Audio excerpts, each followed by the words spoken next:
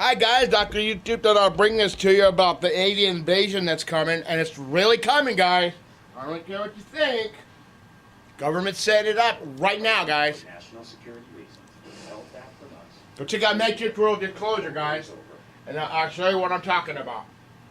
NASA just announced the discovery of 500 new planets. They're all orbiting other stars, not our sun, but one of them shares some similarities with Earth. With the numerous discoveries made in the last couple of months, the possibility of life elsewhere in the cosmos is something being considered not only by space agencies around the world, but by numerous governments as well. Not long ago, astronomers gathered in front of Congress, US, and discussed extraterrestrial life, citing the sheer size of the universe. Astronomers emphasize that there are trillions of stars out there in the cosmos, and it is very likely that 1 out of 5 stars harbors an Earth-like planet for life to exist as we know it. But that doesn't mean that life elsewhere needs the same conditions as life on Earth needs in order to survive. Maybe somewhere out there life needs magma and nitrogen to survive. Well, the holy grail of planetary science is to find an Earth-like twin in outer space. So when you look at the night sky, you will wonder, is anyone looking back? It's all being deceitful, guys. These are demons. Kepler 438b it's a game changer. The Knew number of there's demons out there habitable already. worlds in our galaxy is certainly in the tens of billions, minimum, and we haven't even talked about the moons. And the number of galaxies we can see, other than our own, is about 100 billion. Seth Shostak, senior astronomer at California's SETI Institute. Our galaxy that you see every night has over 100 billion stars, and we think that about 1 billion of them have Earth-like planets going around them. So how did we find this? How in this plethora of stars in the solar system did we find that one that could be like Earth? Well, stars are very easy to see, but they get eclipsed by the planet which moves in front of the mother star. And so our telescopes are so sensitive, we can see the slight dimming of starlight as the planet goes across the face of the sun, and that's how we do it. Is NASA preparing the world for alien contact? It is very interesting to learn that NASA decided to team up with the Library of Congress and gather scientists, historians, philosophers and theologians from all around the world to discuss how to prepare mankind for contact with beings not from Earth.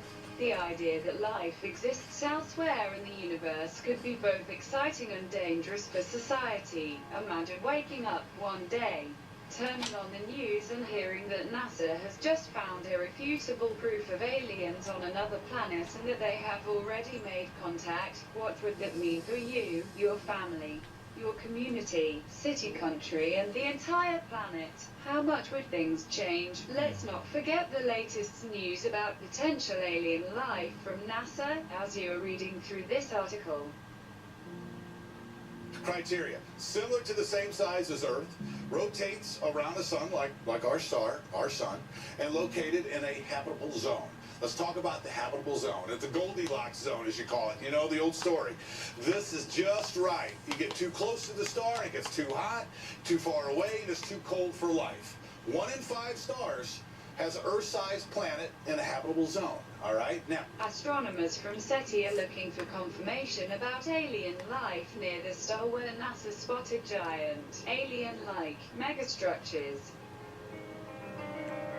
Tabitha Boyajian, a postdoc at Yale, told The Atlantic, "We'd never seen anything like this star. It was really weird. We thought it might be bad data or movement on the spacecraft. But everything checked out." According to Jason Wright, an astronomer at the Pennsylvania State University, these structures, or better said megastructures, could be the product of a highly advanced alien civilization.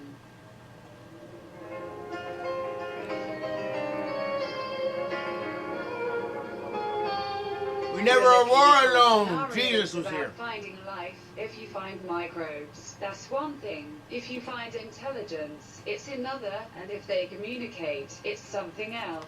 And depending on what they say, it's something else. The idea is not to wait until we make a discovery, but to try and prepare the public for what the implications might be when such a discovery is made.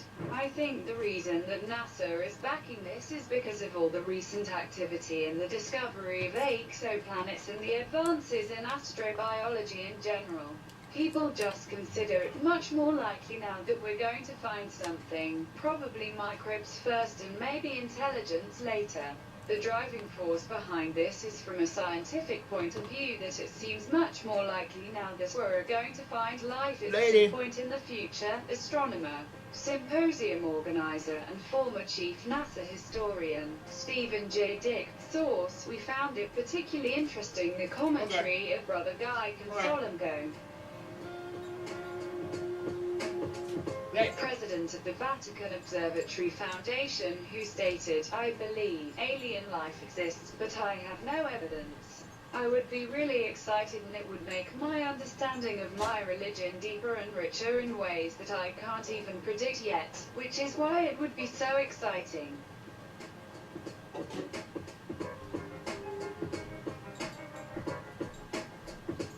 Finding life elsewhere in the cosmos isn't a question of possibility, but rather a question of time, and Brother Guy Consolmania shares this view as he urges the public not to be surprised when scientists confirm the existence of alien life elsewhere in the cosmos, as this is something that is going to happen inevitably.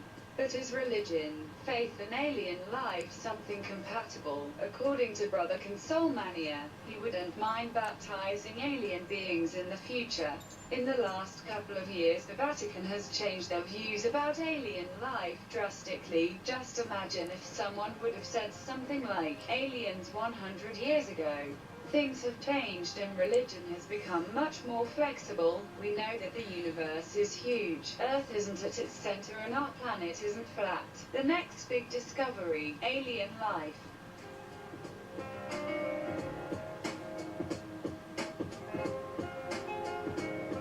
But it seems that a lot of people from around the world, astronauts and government officials, already know that life exists elsewhere. See, that's in how the it is, universe, too. Garbage and it and isn't a surprise. For example, yes, there have been crashed craft and bodies recovered. We are not alone in the universe. They have been coming here for a long time.